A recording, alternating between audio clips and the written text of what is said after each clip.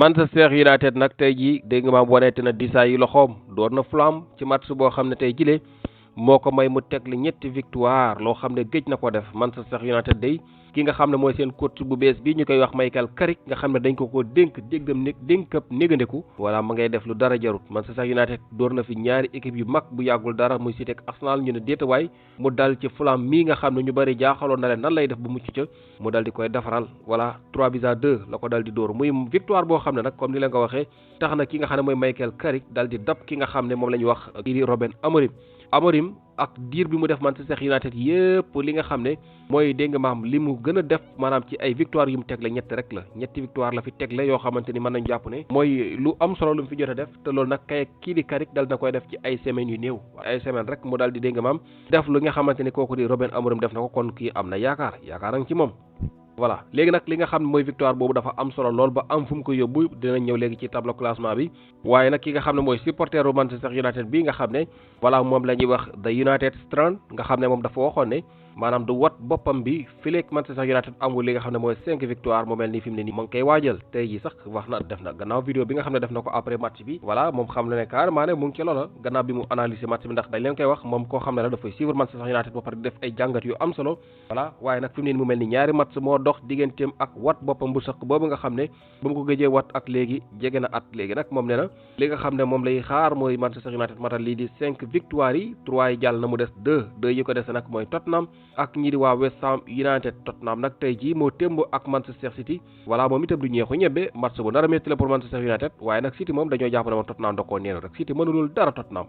bi nga xam ne temps yi équipe bu anglais yaa ngi koy bëgg a rey moom daal xëy na ci Ligue des Champions lay góorgóorlu mais championnat moom def fa tous waaye ci jamono bii nga xam ne gaa yaa ngi koy jëngamaam sonal lool ci City taxul mu mën ci moom dara tey jii moom moo ko jiitu woon sax 2-0 waaye Tottenham da koo ñëw jëli dañoo mujjee témbo 2-2 la match boobu mujjee jeexee kon da ngay gis ne kon ñaari match yi nga xam ne Tottenham joué na ko ak City ren ji aller ak retour yëpp City amul ci moom lu dul benn point ndax ñi di waa Tottenham da koo dóoroon ci li nga xam ne mooy aller ba 2-0 retour bi ñu ngi nii dañoo def 2-2 xam naa bu City teelul woon dugal sax Tottenham mën na koo dóor te City goo xam ne jamono bi dañoo renforcer bu baax a baax équipe bu dëgër lañu yor seen joueur bu bees bi ñuy wax Semenyo sax tey jii dugal na voilà ci match boobule waaye nag taxul ñu mën a gagné lii di match boobu 2-2 Solanke Dominique Solanke moo dugal ñaari bit yi nga xam ne ñi di wax Tottenham am nañu ko bu dee City Semenyo ak ki ñuy wax Ryan Cherki ñoo leen dugalal voilà match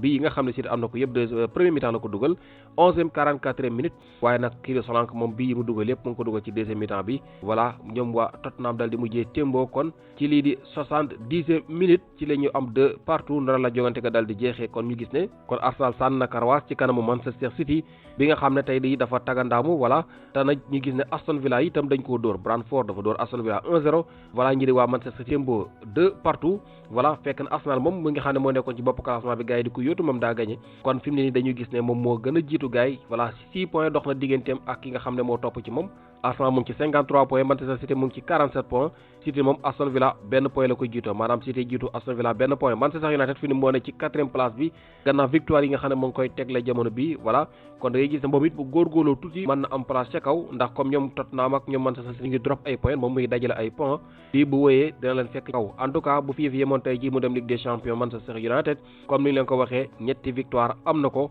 voilà di defi jéego bu baax a baax ci li nga xam ne mooy championnat bi ci jamono bi ak seen coach bii nga xam ne comme ni leen ko waxee dénkam négandeku rek lañ ko fa dénk waaye ma ngay def dara jarul muy kooku ñuy wax Michael Carrick